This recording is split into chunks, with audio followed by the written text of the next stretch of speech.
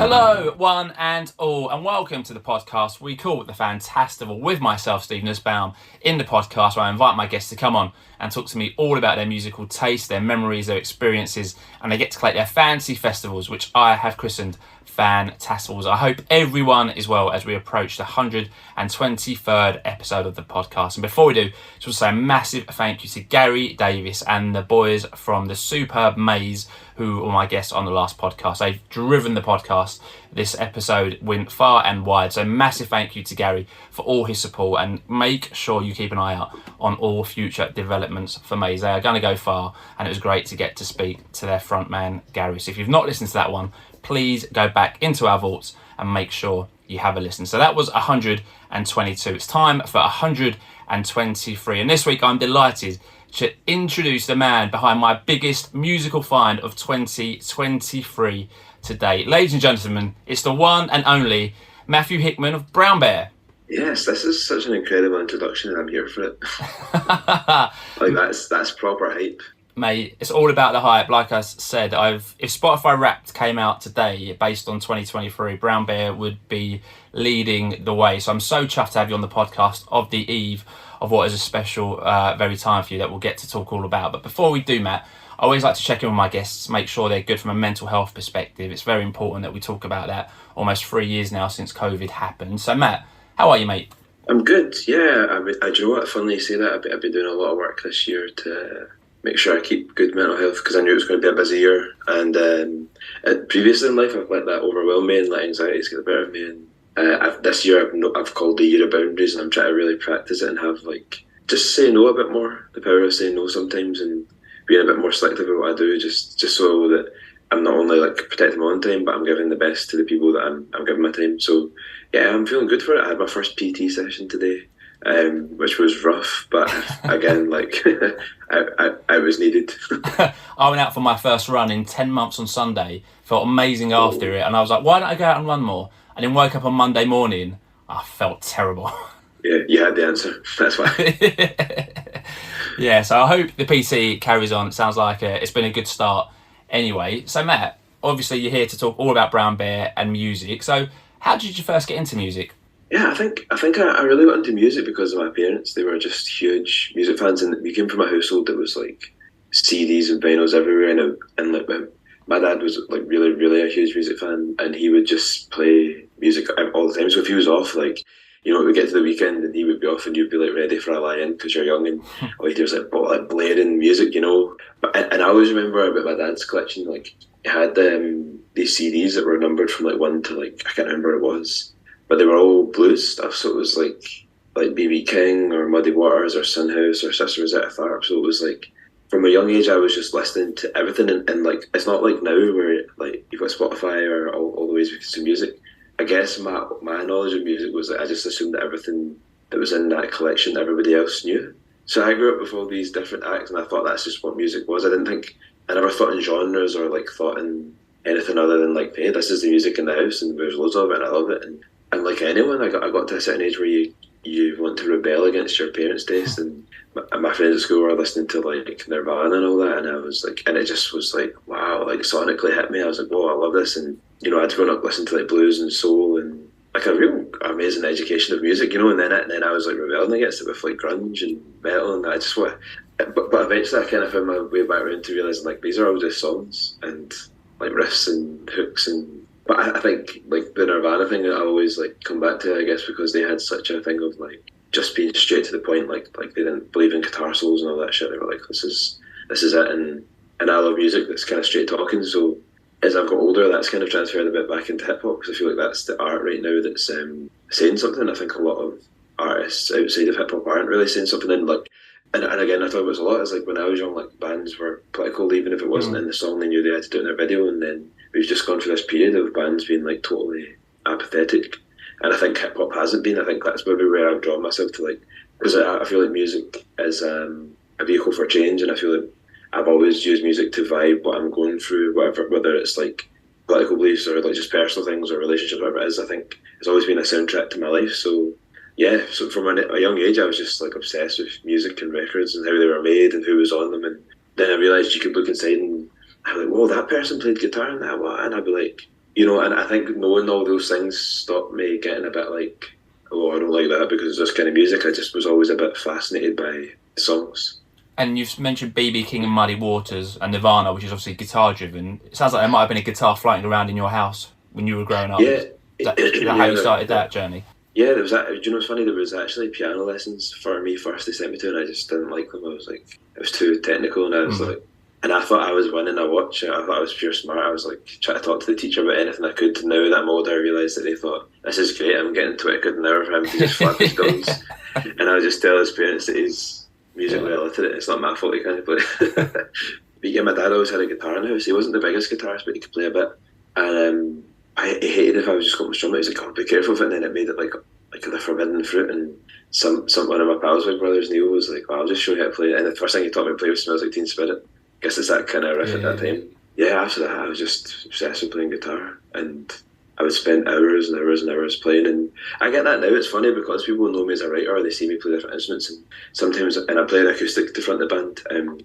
Sometimes I'll go into the studio and folk will go, oh, what we do with guitar, we'll get someone in, and then I'll say, I'll get my bash, and I play, and they go, oh shit, you're actually fucking really good. Like, that was my first instrument. I really did learn how to play it, like, and I don't understand how this comes with music because I see it a lot, but then I guess sometimes I meet artists and I'll be talking to them about musical stuff and they're not actually that musical. It's like, or the other thing is I meet artists and they're not really into music. Like they say, I kind of almost instinctively, if I meet a songwriter, right, and or a musician, and I say, oh, what are you into? Like if somebody said to me, if I saw a band play, right, and I said, what are you into? And somebody said to me, like, the Spice Girls, I'd be like, wow, right, I need to know what's happening here. I feel like if you've said that, you've really thought about that. But if someone says the Beatles, I just go, walk away. Say, oh, nah, you've not thought about that.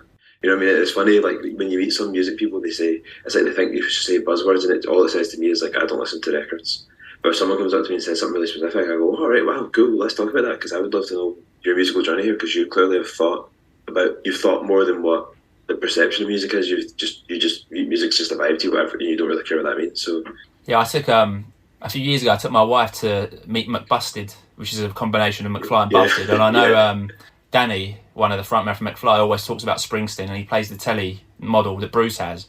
And so I said to Sarah, I'm going to ask him what his favourite Bruce album was. So I said, oh, nice to meet you. He signed the album because my wife's a big fan. To be fair, I don't mind Busted. I'm not too hot on McFly, but Busted at the time were fine for what they were. And I said to him, oh, what's your favourite Springsteen album? And he gave it 4, and I thought he's going to come out with an early album here and blow my mind. And he just went, oh, the greatest hits. And I was like, mate, nah, can't be. Can't be. So you started learning guitar. At what point did you start writing your own songs? Did it take a while for you to write your own songs, or was it something that instinctively came to you and you just developed that skill? Shit, man. Honestly, it was like we wanted to be in a band in like the beginning of high school or something like that, and I wanted to be the guitarist, but I was kind of lucky. I grew up around a lot of shit hot guitarists, and so in a way, like, this is fate, right? I couldn't play like they could play. I was like, well, I'll be the rhythm guitar, and then they were like, well, someone has to sing, so I started writing songs. And I literally drew a short straw and had to sing. But then I was kind of like, here, I'm loving learning these lyrics and like writing my own wee songs. And as well, I used to make up rhymes to make folk laugh. I was just always like I was just a bit of a clown, you know what I mean? And eventually I stopped like hiding behind the humour. This is the thing. This is the thing about songwriting as well. Like, when you hide behind humour and obscurity, it's because you're scared to say what you feel. And when I was honest enough about doing that, like, I started writing some nice things, and I never showed anyone. So it was weird that in tandem I was writing for a band and pretending it was grunge and doing all these kind of like nothing meaning and like chat a vibe like a Nirvana thing, but in the background I was playing an acoustic guitar and writing these kind of like lovely wee songs, and never showed anyone. And one day I did, and people were like, why are you not doing that? And I was like, I don't know, because I'm rock, man, I'm rock and roll, that's why. Because you're young and you're cool. And someone said to me really early on as well, I was around 16, they were like, you're quite a feminine writer, you should write for a woman. And I was like, what? I was like, as a young boy, I was like, what does that even mean? But like now, I do a lot of co-writing, and a lot of the artists I write for are women, and it's a great role. But I think I love writing with, I get the best out of writing sometimes with other artists who are women, because they're not really as scared about their emotions, or even though like male writers are still sharing that, like they're quite timid to share real emotion. And it's like, but like the beauty of songs is that a raw emotion. That's how we connect with the people at home, because they maybe can't articulate that emotion. Like, our job is to articulate it for them. So yeah, that was the kind of journey, you know. I remember listening to Ryan Adams for like the first time, Heartbreaker, as like a 21-year-old. And that was an album all around heartbreak, obviously, and breaking up with someone. And at the time thinking, I've never heard anyone write like this with just an acoustic guitar, and that drew me into a massive background of other artists. So I completely get where you're coming from there. So from those songs then, Matt, is that how Brownbear was born? Did you get to a point in that rock and roll band where you just thought, actually, I'm going to do this as Brownbear and take it forward, or did other developments? Yeah, I was doing it myself under my own name, and then I had a couple of pals join in, and we formed another band, and it was cool. It was like, it was what it was, and we were just like obsessed. We'd actually also played in another person's band, and we were really frustrated by how little they play. Like, let's just go make our own thing, and we just were relentless with gigging and all that, but we didn't know what we were and what we were doing, and it kind of fell apart as it did, because during that period, like, management came on, and it became this real thing of like, well, Matt's, you know, there's always a business, right? So like, to the management, they were like, well, Matt's who we manage because he's got monetary value, and they didn't value the band, whereas like I only valued the band. And I was stuck between like trying to be in a band and trying to have like management, which neither worked out. And then out of that, Brownbear was born, and I kind of, it just kind of like was all go from there. Like 2014, we did this first single, Dead or Alive, and because of the management we had, like this is, again, it's all down to fate and coincidence. The Libertines reformed that year, and our management managed them, and they fought really hard for us to be on that comeback show. So to have all that stuff happen around our first single, and then it's all quite high profile, but then because no one really knew who we were, it added this mystique of like, well, what are they about? And we were loving this riff, and they're with this band, and it kind of sucked us into the indie world, which was like, for me, quite strange, because that wasn't my world and it wasn't ever my music. And I would say that's got a tough crowd. Like, they're very like indie and Britpop fans know what they want to hear. So to try and sing some songs to them that are not in that genre, or a bit more emotional than they're used to, like, is a bit of trial by fire. But what I really realised is like, it's not really, because songs are songs and people have emotions, and like, so it was a real like journey of trying to find out who I was, and then I got to Brownbear, and that's even from then it's been like, well, almost 10 years of still finding out who I am as an artist and what that actually means, you know. So obviously Dead or Alive leads to a few more singles, Wandering Eyes, Stop the World, and Covers, which are all on the amazing What Is Home album, which is a masterpiece in my eyes. We were talking about it before we started. I think it's an absolutely superb album. Was it just a case of writing and then you had these mixture of songs and you thought, it's time now to release this album? Yeah, it just felt like I had the songs and they were there or thereabouts. Wandering Eyes was actually the song that came last. We were actually like kind of on tour and joking about how we maybe aren't indie enough, and it was kind of a tongue-in-cheek indie riff, but we were like, it's actually quite nice to play.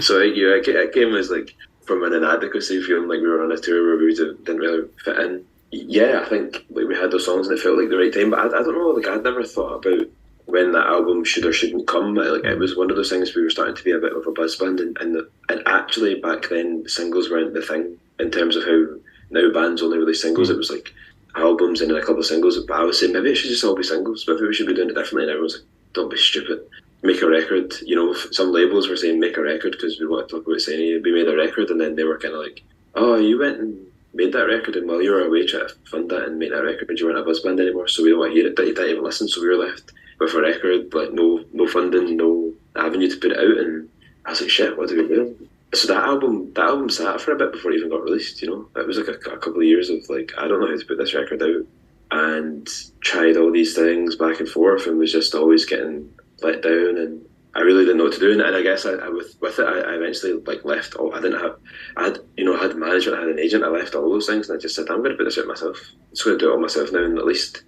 what happens. And it was really good. It was like, I mean, it wasn't groundbreaking. Obviously, it's 2023 before you heard it, but like the album's still there, and we're still reaching people. And it's a long journey when you do it yourself. It's not like being in a band that has a label and they've pumping marketing and they pay for the record. Like, if anything that happened for us, we have to pay for that, and that means working. So I actually ended up working on tours in between, and that was another thing that I think's helped mould me to where I am as an artist, because I was suddenly around all these productions, and I was learning about how crowds work and how you are in a venue, and how you'd come in and load in, and how to manage shows. And I've taken all of that learning into how we manage the project now, because I manage Brownbear as well. I book the tour, I put on the shows, I book the tour, I direct the videos, like I do it all. So it's a lot, but it's like all been a trial learning, and now I'm at like another stage in my life where I'm like, okay, maybe now's the time. I've taken it as far as I can take it, and I'm need to look for someone to take that over, and that's a journey in itself. But yeah, I think we'd definitely been touring those songs for a while for the first record, and it just felt like between that and the kind of, oh, you need to have an album thing, it was like, well, we better try and make this record happen. That was a record made on pretty much no money. And so I'm really proud of that. Like, we had no money to make that record, and scraps and saves to pay what we could to get it done. And yeah, I think given that there was no budget for that record, I think it sounds great, It is a great sounding record. I can't recommend it highly enough. Obviously, we'll push Matt's music and Brownbear's music a bit later on, but you can listen to that on all streaming. And you mentioned the videos, Matt, so I was pleasantly surprised. There's quite a few music videos on YouTube, and you seem like quite a natural in front of the camera, mate, I must say. Yeah, well, here's an interesting fact. Not everyone knows, but I actually have, like, when I was young, I used to act. Like, I went through like youth theatre, and I think it was a great thing for me because I was really not a confident person, and it gave me somewhere. I maybe wouldn't tell people I did it, but like within the confines of those people that I did the youth theatre acting with, I felt like I could express myself, and I was starting to build confidence and figure out who I was as a kid. And I ended up doing it. I've got like, you get grades in guitars. I've got them in acting as well. But I just never did it. I just didn't see myself in that. I never saw people like me in that field, and I left acting, especially in Scotland. So I kind of left it behind, and I knew music. So I was doing sports as well. I think that's the thing about everyone. You're a kid and a teenager. You're trying everything. You're like, what is my thing? But it was amazing to do videos and be able to bring that back in. And I'm forever grateful for the people who we work with videos with that kind of heard out my ideas and went, but you know what? These are kind of crazy ideas. But let's try it out. And then the more and more I did it, the more I got involved in the video production. And then next thing I was really writing the videos and producing them, and then directing them, and a wild turn of events like that led me to being commissioned to make a short film just after lockdown. And now I'm kind of dabbling a bit in actual film and directing. So it's been really, really lovely. And like, again, I guess part of that comes from like having no budget and no label. You're going like, what can I make? You meet people, you have a laugh. When you have no money, you can't go, I have this crazy idea and let's do it. It's like, okay, that's great, but we have £30 to do this, so what are we going to do? True Foot Consequences, is the video for that's in a lift. The cost of that video was the £30 rental of that list. So that's how little we had to make that video happen, and credit to those people involved. We did, and a lot of favours, which is money, like time and kind is money. And then we've just continued to work on like micro budgets and make some really cool, great stuff. And I think it's because when you don't have money, you're like, well, we have to have a really great idea here that's going to cut through. And I don't think you'd have the space to do that with a label. I think they'd be like, no, we're going to get in this director. And they would have been telling you what to direct. And then you would never have had the chance to say, hey, could I give this a bash? And then create something really cool. So I think there's a real thing in like, I'm not saying everyone should be independent forever or whatever. It's up to people what they believe. But I think there's a thing in like getting to a stage where you know exactly what you're doing with everything. So if you do go into a deal, you're going in and saying, nah, that's not the right deal for me because it wouldn't let me operate the way I like, and I want to work with people like this and this so that we create these things and have a bit more autonomy. Like back in the day, I felt like artists were a lot more creative because they were given both the funding and the space to be creative, and they were a lot more creative minds maybe working in the business. And now it's become very formulaic, and I guess they're just waiting for the next app that's going to help push music forward rather than making any strides in how we actually re-engage people with art and music. Yeah, good point. Well made. Can I ask you about the puppet? Yeah, sure can. I was wondering if he's in here. I think he's somewhere else, but yeah. Where did the idea from the puppet come from? Because when you first came on my radar, I just kept seeing you and the puppet as a starting point, and it was a bit intriguing at points. So how did the puppet come around? Again, it was one of those things where I just pitched a video. I went, I had this idea. Do you know what it was actually first? I was like, originally I was like, I think we should have a video. It was a bit more serious, and I was like, it'll be me, and then me with the face paint, and we'll try and have, because we're using this Brownbear thing, like we'll maybe try and turn them into two characters and play on like the different parts of your personality. And because this is another thing for artists as well, for as much as I'm like, cut out the bullshit and give us music, like do create your own narrative. And if that, whatever that narrative is, like I'm like, I think we could be really visual. And I was like, yeah, how are we going to do that? I'm going to have to act two parts. It's going to be shitty, like cuts about. I don't know. I was thinking, and I was like, what if it's just got somewhere. I was like, what if I had a puppet version of me?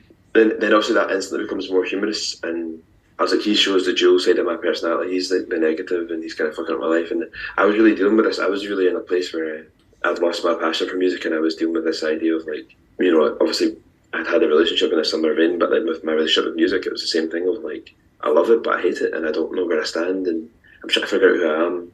And I'd been really self-destructive for a time, and yeah, that idea came about, and then we had them made, and it was just like, oh shit, this is awesome, and it's became a bit more tongue in cheek, and it was really nice because it happened.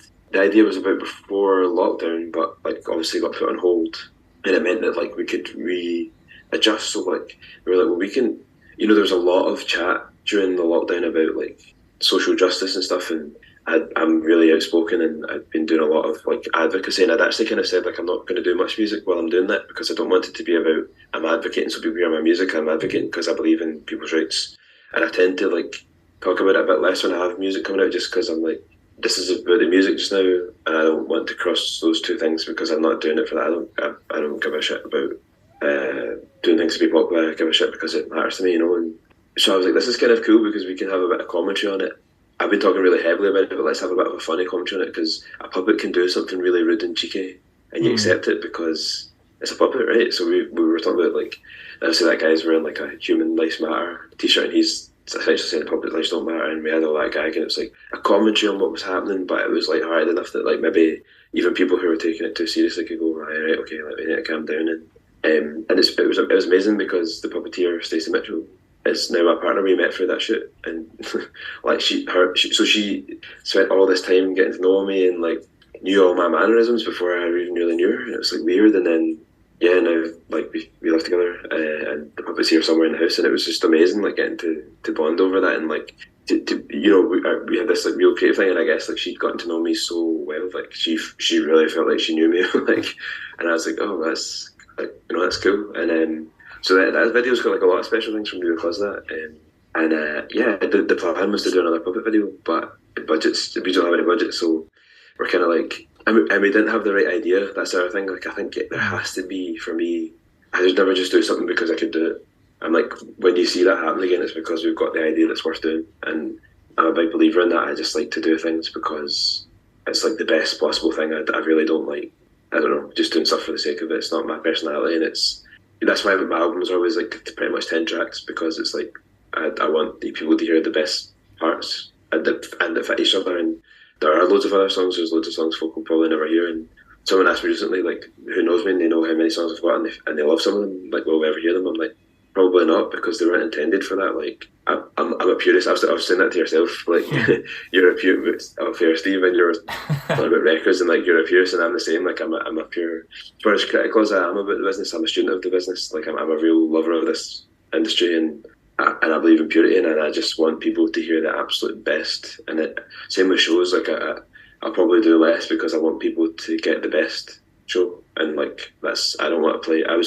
When I started out, I was in a situation where we were playing all the time, and I would turn up to shows and I would just get through them. And like, how's that what anyone wants? Who wants to pay like 5, 8, 10, 12, 13, 14, 15 quid to see me get through it? Like, I want to leave everything on that stage and know that I've given everyone, hopefully, every bit of worth that they've paid to see me, like, because that's hard-earned money for people, Yeah, totally. So since lockdown, we've had Retro that came out.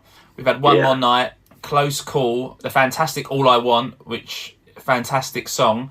And as we sit here recording this on a Thursday night, you've got an album about to drop in 4.5 hours and counting. Demons. So Matt, tell us about Demons and the inspiration behind Demons. Yeah, I think, to be honest, I was really worried because it's that thing of like, album 2's the terrible album 2 in it, right? And I'd actually written another album, and then we'd started to demo it. We'd done the 2 singles, and I was like, these are quite different from what I was written for the album. And then lockdown came, and I thought, maybe this is a sign, and I scrapped that album. I just binned it and thought, I don't believe in it. And I started writing again from the starting point of like One More Night and Retro and that kind of thing in my head.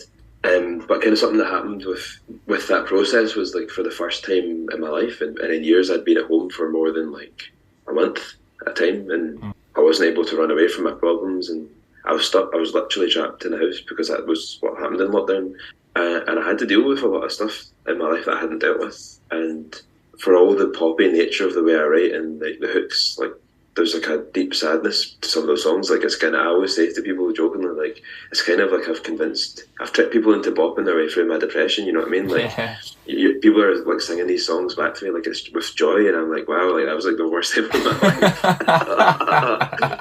And but with this record, I love it because I suppose as you get older, you're a bit wiser musically, you're a bit of a better writer, you consider the recording process a little bit more, but still not like I still don't consider it too much because songs should be songs. But I understand the process that's going to come, and yeah, I was really exploring those themes about like inner demons and like addictive tendencies and love and loss and all these things and grief. And I think through that I was like, okay, I think I've got the songs. I think I've got the theme. I had more songs. I was in it. That's the good thing about going in with a producer and all these other people is like they go, now what about this song? And then it reshapes that. And even when we got to the end of the album, there was actually originally 12 tracks, and I was like, nah, something's not right. And we dropped 2, and we got it back to 10. I was like, okay, this is the album. And then when we started to get into the process of recording, I was like, this is really cool because, and I don't want to give too much away, but like it really shapes from so with the first record, there was a lot of stuff I wanted to do and we didn't have the budget to do. So this record, I was like, we have a little bit of a budget this time because we were really lucky to get funding from like Creative Scotland to help musicians.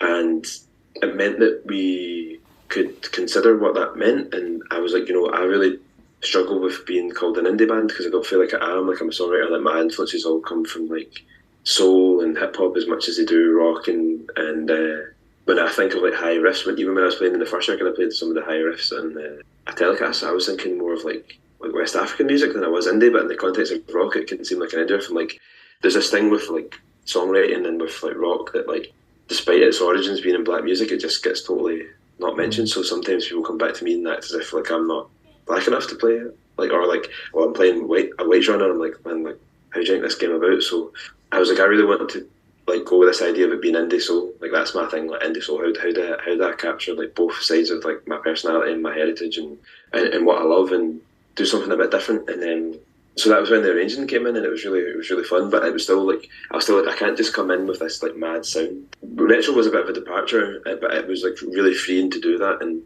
I was like, how do we do that? And so I went in and I was like, I want this record to be like the Miseducation of Lauryn Hill is fighting with Graceland by Paul Simon, and it's everything about what I listen to. And the producer was like, yeah, cool, I'm into that. I fucking made this playlist, we got into it, and the way the album works in terms of like genre or feel is like it kind of starts very close to the first record and works its way over to where I think it's next, or maybe it won't be. Like the thing about being a writer, like maybe the next record will be like a rock record, I don't know, but it really explores those themes, and then it explores that sound of like soul and Motown and Afrocentricness as well as that. So like I guess this probably isn't like the indie soul blueprint, but I hope in the context of my records maybe like this is a record people go, hey, that was really bridging the gap. And it's so funny because I listen back to Retro and One More Night Now and I go, God, that was me trying to figure out something in my head. Like those songs to me are like figuring out songs.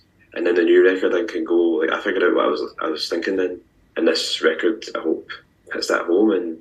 And as with ever me, it's got like, peaks and troughs, and it's got ups and it's got the high energy, it's got the risk, but it has those pauses and those moments of reflection and sparseness, and I would say this record has a tiny bit more of the vulnerability than the first in a way, despite being the kind of almost bigger and more commercial sounding that, and it's been really lovely to play with that, and it's like in the background it's helped us really with radio, like that although we've kept our sound and we've stayed true to it, it's been like received a bit better, but we also recorded it very differently. Like the first record was very like it's close to the old way of like track and everything, doing it like a band. We did a lot of the takes actually, like me and the drums recorded at the same time, and that gives it that feel of almost being like an 8-track, 4-track, like old school record because it's all about feel. And this time I was like, okay, I've proven I can do that. I want to see what I can do when we really sit and think and do takes and cut takes. And there's even bits in the record that have like samples almost at the beginning, but there's actually samples of the recording that we did, so we've like sampled ourselves. So I really explore the sound, and I'm like, I just wanted to do something. I think with everything I do, I want to do something different. And I was like, for people who love the first record, that's there, right?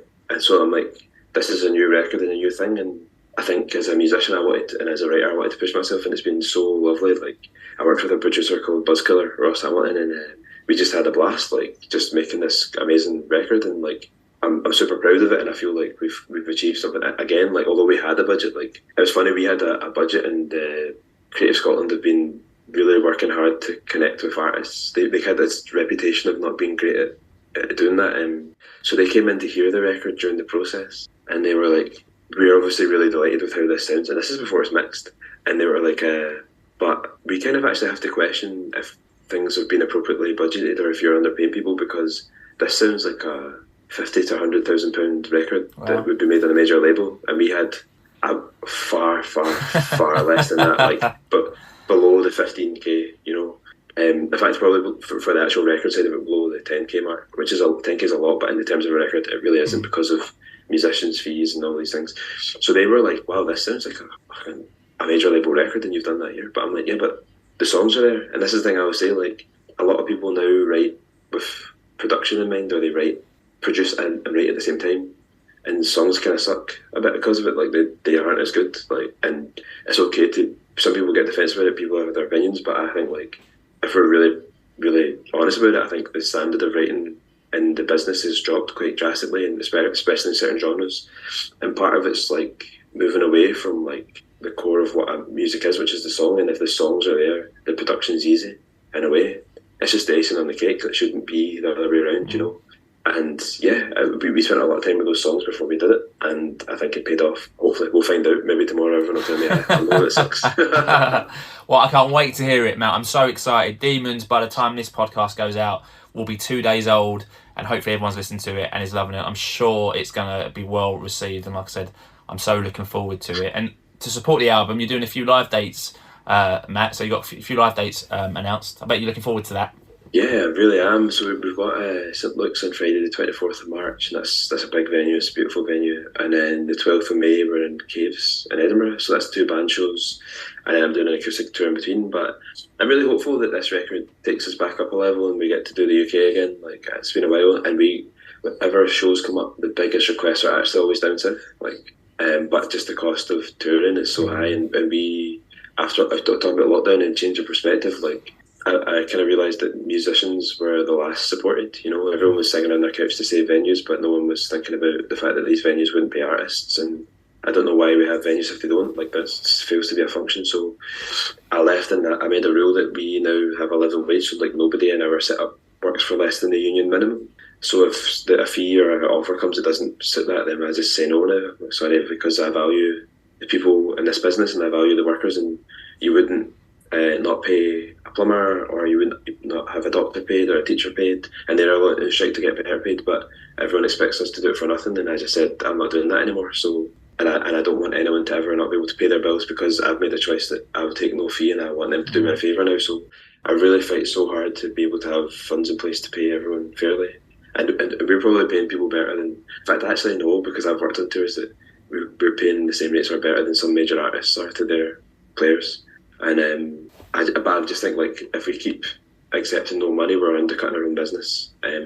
So that's why we're not touring as much, and I do apologise, but we're working really hard to get funding in place and to be able to tour. Well, next year's 10 years of Brownbear, so I thought it'd be a lovely time to do like a proper tour, and it gives me time to try and get funds in place, because I do it myself. Like, it literally is like, if I couldn't afford, if we took a show and the fee wasn't there but it was worth doing, like, I have to go and work and try and take freelance roles on to generate money to pay people. Like, but it literally is our own funds, bar like the really gracious funding that we got, which was like through a lot of work and applications and a lot of no's, a lot of turned down applications first, you know. So yeah, it's been really difficult, but I think I feel like I'm happier, and everyone in the setup's happier, and we all have this love and respect for each other, and we all know our worth. And I think value and worth are like core parts of keeping good well-being and mental health, and I think that to me is worth more than anything for everyone that's involved in the process. So it's been tough to do it, but like, okay, you've got to have principles in life, you know what I mean? Yeah, that's fantastic to hear. Really interesting you to say that, and it comes across how passionate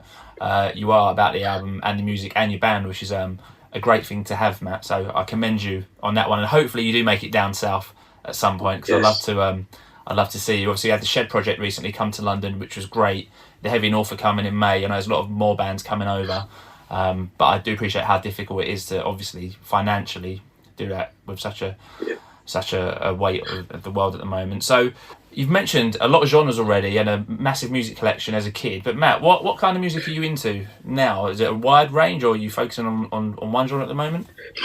It's a wide range. But do you know what's funny? Like, and I'm not saying they're not songwriters, but I've moved away from like songs in the traditional sense of like pop and chorus, because I guess I don't feel connected to it as much. I don't feel like it's quite doing it for me. And I've really spent the last few years back at hip hop, just a total love of it. And And I've also found my way back into soul, and like I listen to a lot of older stuff, and then new things I feel are very much more in like the soulful hip hop world, and because I think they're doing great stuff there, great productions, great songs, great messages, and but there's lots of great artists. We were talking about this off air, like there's lots of great artists in Scotland, and I think that's another thing that keeps me inspired. Like Mark Sharp and the Bicycle Thieves are incredible. If you haven't heard them, just go and listen to them. And Mark actually was in tour with Lewis Capaldi there. There's so many bands I could say, and there's a band called False Friends who I love in Johnny's Class, and like they've got a song called Careless where I heard them play it at a gig, and my jaw was on the floor, and I never do this, but I actually went up and was like, was that a cover? Because I can't understand how that's not like a world famous song. And like, that's our song, and I was just blown away. And there's just a band that like people might not know and they don't know that song, but it's incredible, and that's what I find time and time again. I go and see these bands in Scotland and they just have a way with words and a way with songs, and yeah, I'd love to see more of that. So I guess I'm a kind of mixture, and I always do my best to keep in with what new releases are coming out and listen to as much as I can. And yeah, but again, you know what happens, time gets busy, and like we're in that album process, so I'm like right out removed from it. So I'm kind of looking forward to having time off to go and catch up on all the other releases and check out what's been going on and see some other people's gigs. Let me take you back then, Matt, to the past with a young Matt, got a bit of money in his pocket. It might have been a download actually, I'm not sure how old you are. Do you remember buying your first record or single and what that was, that experience? I remember buying my first single from Woolworths, and it was The Way I Am, like Eminem. I thought it was so cool. And I got home and my mum was like, what are you listening to? How did you get that? All those swear words.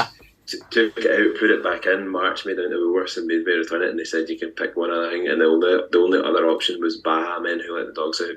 So I went from being like the coolest guy in my year to like the lamest kid about. Amazing. From Eminem to the Barmen. Not one I've heard before. Yeah, and I think the first record I bought was the first CD album I bought, I'm sure, was Incesticide by Nirvana. And I'm trying to think what the first proper vinyl I went and specifically bought was. And I should know that. I feel like it should be like a pure pride thing, but it's hard to remember because you inherit records, really. Records are kind of inherited, so I'm trying to think what the first one I went and thought, like, this is... I'm impressed by Incesticide, because normally it's Nevermind, right, for all intents and purposes. Right. So to say Incesticide, I think your credit level with Nirvana fans on this podcast is shot through the roof. Yeah. Well, I was just, like, Nirvana daft, honestly, even then. But it's really hard to find, like...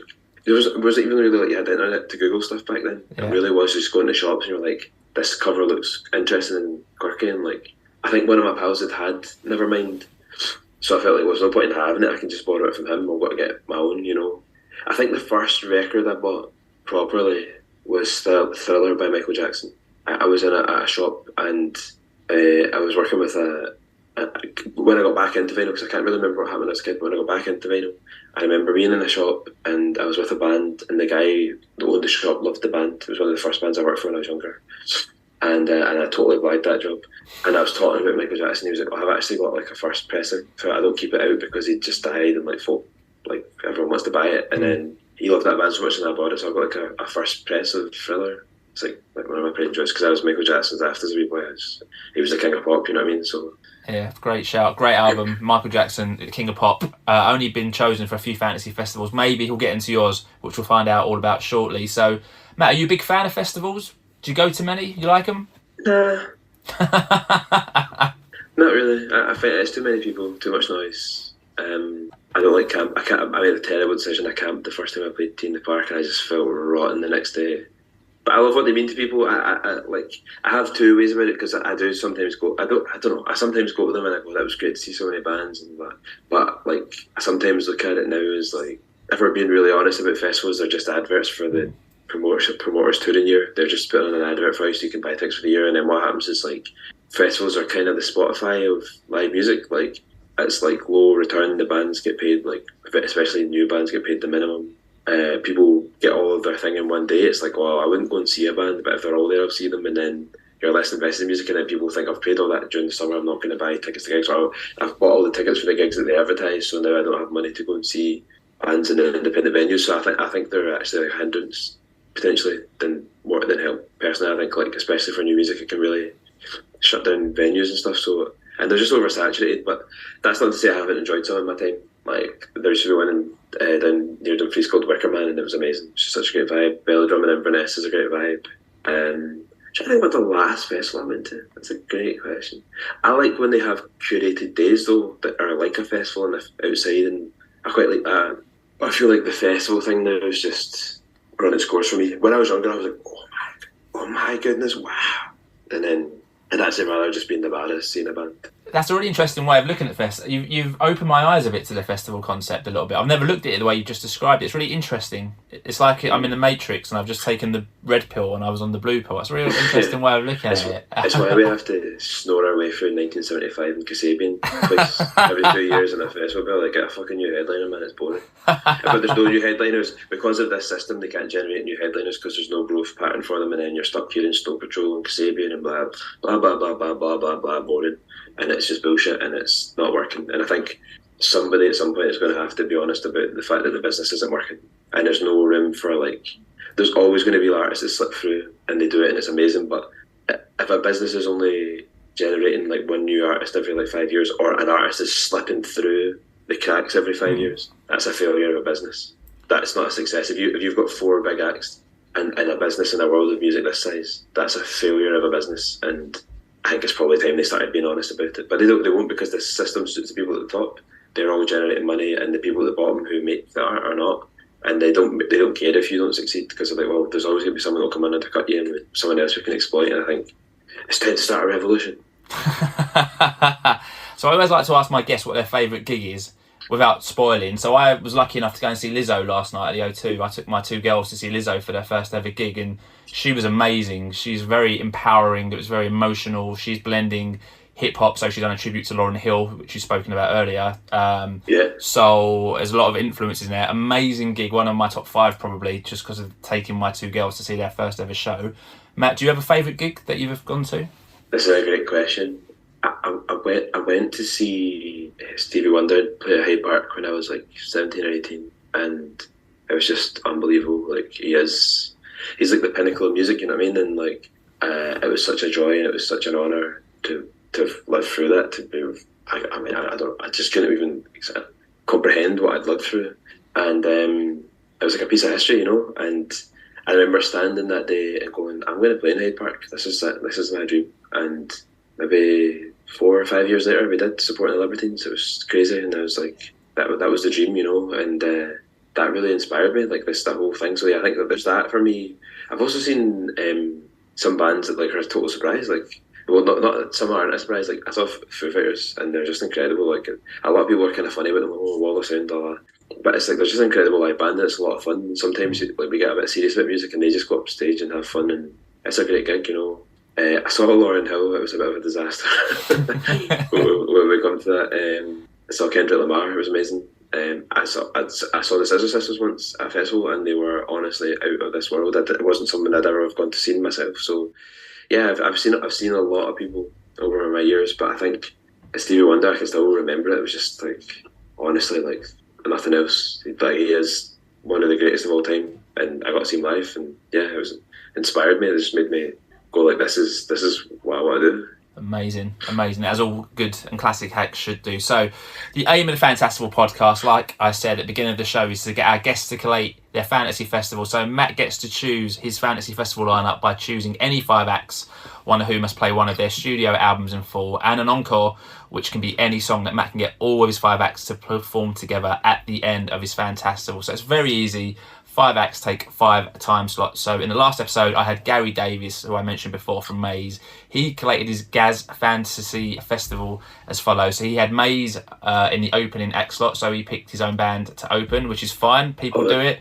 It's all good. Super Seconds, he went for the DMAs, another great band making their way in the music business. Midway Madness went for the Stone Roses.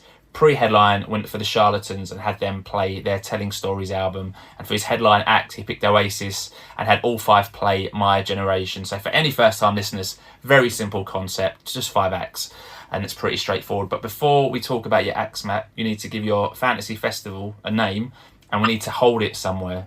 So Matt, what are you going to call your fantasy festival, buddy? Well, this is it. This was hard for me because I'm into so much music, and I had this whether like, do I do all like new Scottish acts, or do I do like an indie soul thing or whatever? But I was thinking, what am I into just now? What would I want to see just now? And I thought about like I also almost thought about doing like a festival where it was like all albums, and only one person didn't play an album. Oh, I like it. But then I went with this. I went with like I'm going to go with like music I was really into and a theme. So I went with Afrochella. So it's all music from like the Black diaspora. But I'm still going to hold it in Scotland. I'm going to hold it at Portobello Beach down in Edinburgh. I'm just moved to Edinburgh recently, and I love Porty. It's the beach here, so doing it for Scotland, doing it for all my people. I should have really held it in Ayrshire because that's where I'm from. So maybe nobody gave me beef. I was just in Porty the other day, and I really liked it. Okay, so like nobody freaked out. It's just nice to have it. We'll have it the one day that Scotland has sun as well. Nobody panic about that. Brilliant. Fantasy Festival. Afrochella. Well, maybe we could do Afrochella 2 in Ayrshire. If Afrochella 1 goes down well. If maybe we get enough people there. Yeah, if we can get enough sunny days in Scotland, we'll do it. Fantasy Festival. So let's have fantasy weather in Scotland. So, Matt, before we talk about the 5 acts, are there any acts who you want to mention quickly who just don't fit into Afrochella, who you love but aren't making it? They're not coming with us on our journey. Yeah, well, there's not enough spaces, so I would have loved to have put in Anderson .Paak in the Three Nationals. I think he's just incredible, although he's dipped off into that Silk Sonic thing with Bruno Mars, which was funny at first, and now it's kind of a bit lame. I've really considered putting Paul Simon doing Graceland in. I would have loved to put some. If I was putting Scottish acts in, I would put Mark Sharp in. I would put in Kitty in. People should also, like, if you're into hip hop, check out Ben's. There's so honestly, I could, like False Friends. There's so many bands up here. I would just go and check them out. I thought about putting the Foo Fighters in because they're so great live.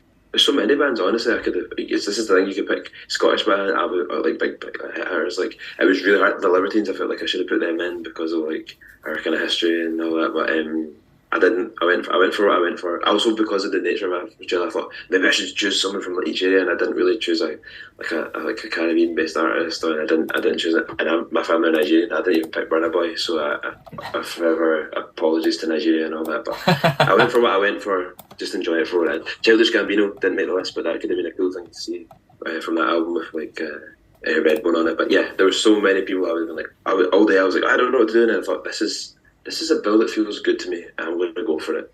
I love it. I hope you love it. I love it. I'm sure we will. Paul Simon is still knocking on the doors. He never played a fantasy festival. He'll have to wait to at least episode 124. Foo Fighters barely been picked, which is interesting. People always talk about the Foos, but haven't really picked them often. And I look forward to listening and checking out some of the acts you've spoken about. Bems is a great artist. He's coming down south, isn't he? Yeah, I've seen his touring. So I look forward to trying to catch Bem. So some big acts missing out, but you are bringing 5. So 2 o'clock, Afrochella, Portobello Beach, lovely day. Everyone's well up for it. Who are you going to have to open Afrochella, Matt? Got to be Scottish. It's got to be hometown. We're going to have Young Fathers kicking that off. They're going to do it. Their new album is stunning. They're, in my view, from the last album, stunning, and I just like hometown feel in it. Like, what a great act. I didn't get the first album. I wasn't as into that, and then over time I've just got more and more into them, and I think they're amazing. And people here are so hyped for what they're doing. This new record is unbelievable. I saw it was just like blowing my mind, and you can't not have a hometown person kick that off, right? Great shout. So Young Fathers, first time they've been picked in the Fantastival Open Afrochella. They're going to play from 2 to 3 o'clock. We'll take a half-hour break. That'll take us to our Super Second slot, which is 3:30 to 4:30. So Matt, who's going to be your Super Seconds act? It's going to be Little Sims. I think Little Sims is honestly like ahead of the game. For me, I struggled for years to get into that British rap sound, and I think the female voice is what's going to hit it, and it's really I think she's leagues above everyone else. I feel like Little Sims is our Kendrick in terms of like cultural reference and like the depth of the albums. And Sometimes I'm an Introvert, it was just absolutely stunning. And and then to have a new record out like within 2 or 3 years after that, and the new record sounds brilliant. I've not had enough time to like. I really lived with Sometimes an Introvert for a long time. I've only heard the new record kind of in passing, and I was like, this is so cool. But I love to like hear a record with loads of them, but then have a time where I sit with my headphones on and really just digest every aspect of it. And yeah, I just think they're great. I saw her during the Connect Festival last year, and the live performance was brilliant too. And yeah, I just think she's one of the coolest people about, and flying the flag for the UK as well. And yeah, so Little Sims in that Super Seconds. So. It's great to see her win the Mercury Music Prize a few years ago, because normally you see all, like 4 or 5 big names and you're like, it'll be one of these 5. But when she won it was quite unexpected, and obviously gives her a much bigger audience to go and progress her music. Yeah, and she really has, and like, yeah, I don't know. There's just something special. When I listened to Sometimes I'm an Introvert, it felt like when I listened to Pimp a Butterfly by Kendrick Lamar for the first time, where I thought, gosh, I actually think this. I think I've heard a bit of history. I think I've heard like a bit of musical history. I think we'll look back on that record, and it's only going to age better. You know, I think it'll get better and better and better with time. Yeah, I really think there's something in the Little Sims thing, so that would be my super second. Great stuff. Little Sims makes her Fantastival debut. She's playing from 3:30 to 4:30 in the super second slot in Afrochella. We'll take a half-hour break. That'll take us to 5 o'clock. Time for the Midway Madness act, Matt. So who are you going to pick for Midway Madness? Midway Madness, I've gone with the actual theme, and I've done a madness booking that could backfire in everybody's faces. But I'm going to book Lauryn Hill to do the Miseducation of Lauryn Hill album. Now, there's a chance that she might not turn up till the next day. And that is the risk you take with that Midway Madness. But we're going for it. It's just one of the best albums. I love it. I really had it in my ears a lot before I put this record. Obviously now it's kind of come out like she kind of ripped a bit from like some of the musicians, and that's not great. But Lauryn Hill was just honestly an exceptional artist, again ahead of her time, and it's such a shame that like she kind of rallied against the industry and got spat out the other side and seems quite troubled and has her issues. But like I went to see her, and I think she was almost an hour and a half late, and everyone was booing and raging, and when she came on she doubled down and kind of like told everyone to fucking go over it.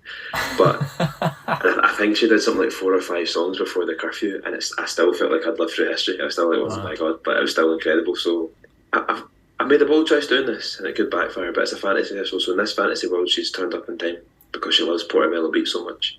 Yeah. And she rocks the whole album, and it's amazing. So yeah, that's my madness of the mid-afternoon. Do you know what? It's funny you mentioned Lauryn Hill. Obviously, last night Lizzo has blatantly ripped one of her songs off, and then Lizzo, after doing that song, went into That Thing and played that in full, which is great because then it gives my girls their first listen to Lauryn Hill. But it reminds me of when I started working in HMV, like an indie kid in 1998. I knew Oasis, I knew Blur. They put me on the soul and dance floor, and the time the Miseducation album had come out, so we used to play that.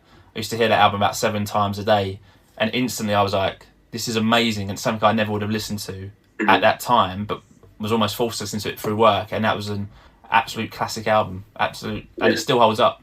Yeah, it's one of the greatest albums ever made. Like, it's exceptional, and it's again ahead of its time. I think a lot of things I'm into, I feel like, yeah, this is something exceptional.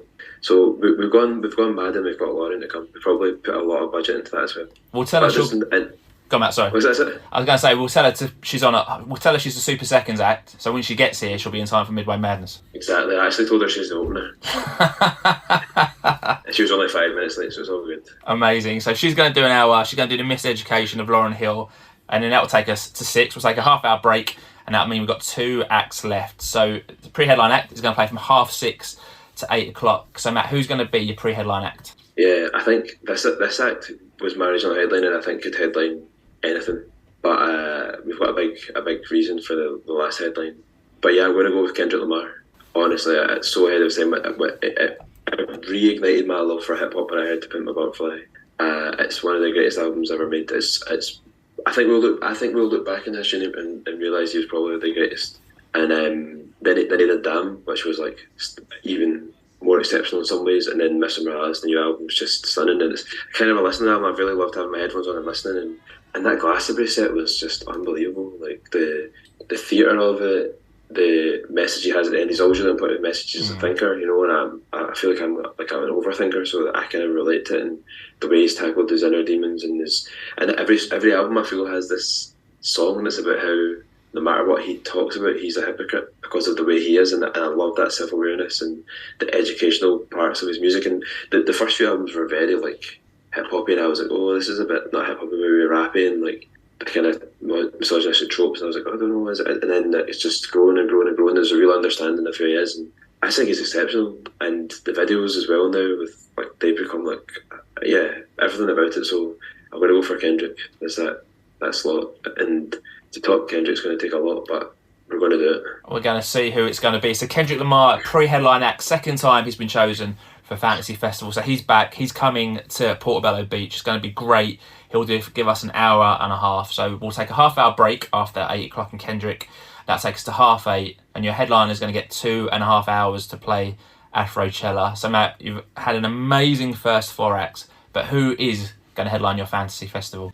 Who can do that amount of time and just hit after hit after hit? Stevie Wonder. He's the greatest. He's the greatest of all time. Like that collection of songs, like what he's done for the culture, even with Happy Birthday and fighting for like Martin Luther King Day, like he's done it all. He's been there, and I'm sure he's a hero and inspiration to most. And he's probably like the greatest writer and musician that's still living. And the fact that we have him and we've had him is just, we've lived through something in that in itself. And yeah, Stevie's going to do it, and he's going to play all the hits, and we're going to love every single minute of it. And God, yeah, honestly, I'm excited for everyone to be there. And I think what a nice way to tie it off, where you've had all that thought and music and songs and culture, and some of it's quite songy and some of it's more rappy, but then you tie it off with just songs to dance and sing to and a bit of joy. And like Stevie Wonder, like lyrically, I love it. Like music's in a world within itself with a language we all understand. Amazing. Honestly. Amazing. Songs in the Key of Life. What a record, you know what I mean?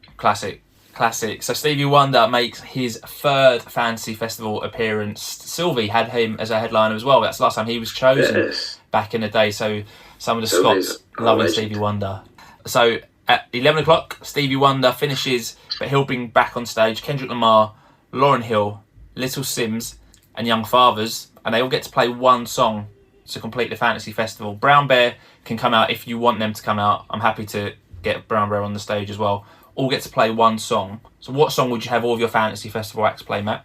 I've done something controversial here, but I think we'll be able to do it, and we'll see why. But with the nature of hip hop and samples, I feel like what will happen at first is Stevie will play like for like Gangsta's Paradise, because it was a sample, right?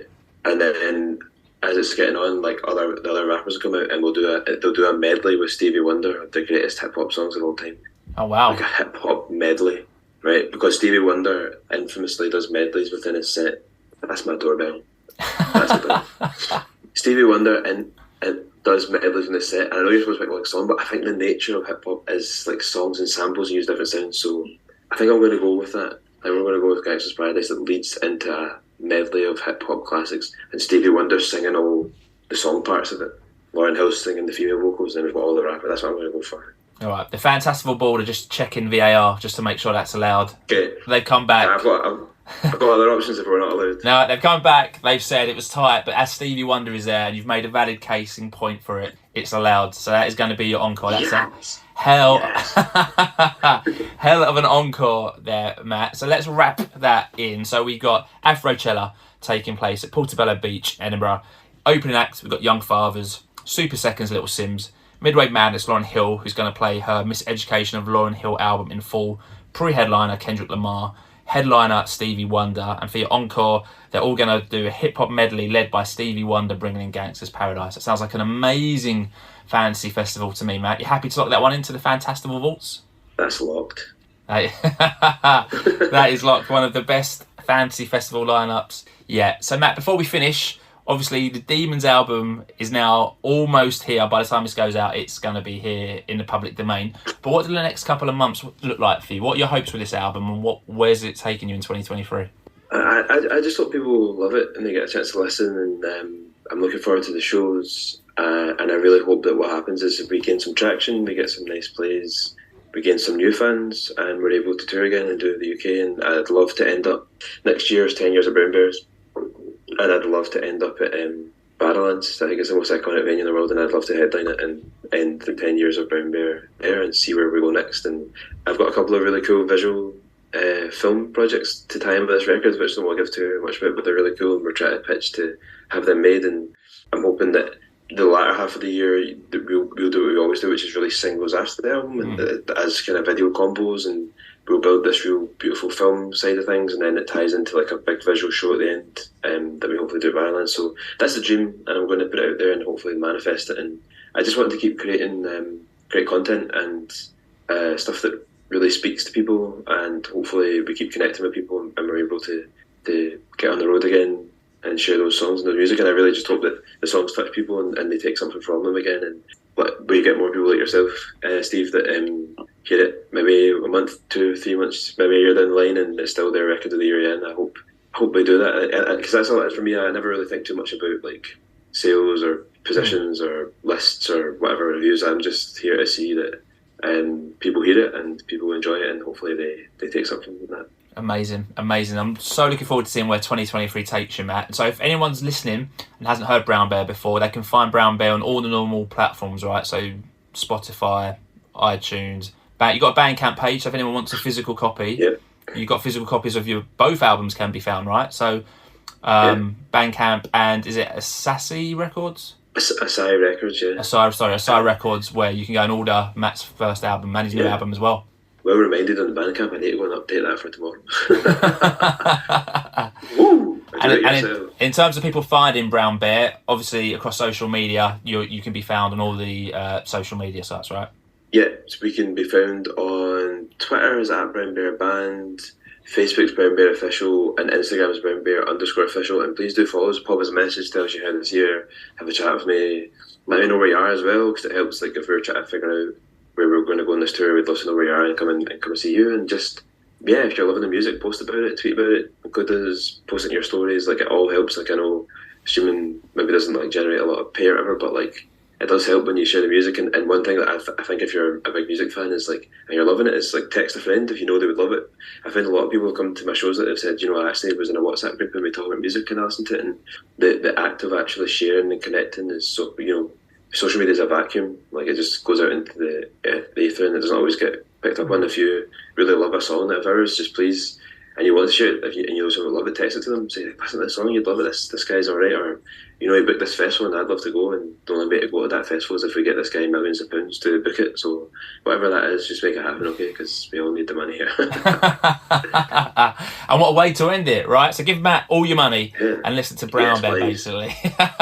So that is it. Thanks to everyone who's listened to the 123rd episode of the Fantastival Podcast. If you've enjoyed this, please subscribe. You can give the Fantastival Podcast a review on iTunes, and you can also rate the show on Spotify. So we've leapt up on Spotify because we went from 31 5-star reviews this week to 36, I think.